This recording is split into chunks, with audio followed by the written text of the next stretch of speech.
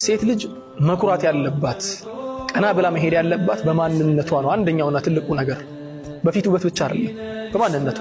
ከማንነት በኋላ እነኚህ ተጨማሪ ነገሮች ለምሳሌ አሁን እስቲ እንደ አንድ ወንድ የራሴን ማለት ራሴ ለሰው ሚስት ምረጥ ብባል የምመርጥበትን መስፈርት ላስቀምጥላችሁ እስቲ።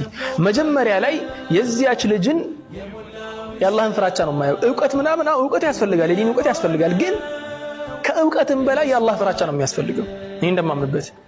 ምክንያቱም ዕውቀት እኮ የሚገኝ ነገር ነው፣ ፍራቻ ግን ከባድ ነገር ነው። አላህ ለጥቂት ሰዎች ብቻ የለገሰው ነገር ነው የአላህ ፍራቻ፣ አምላክን መፍራት።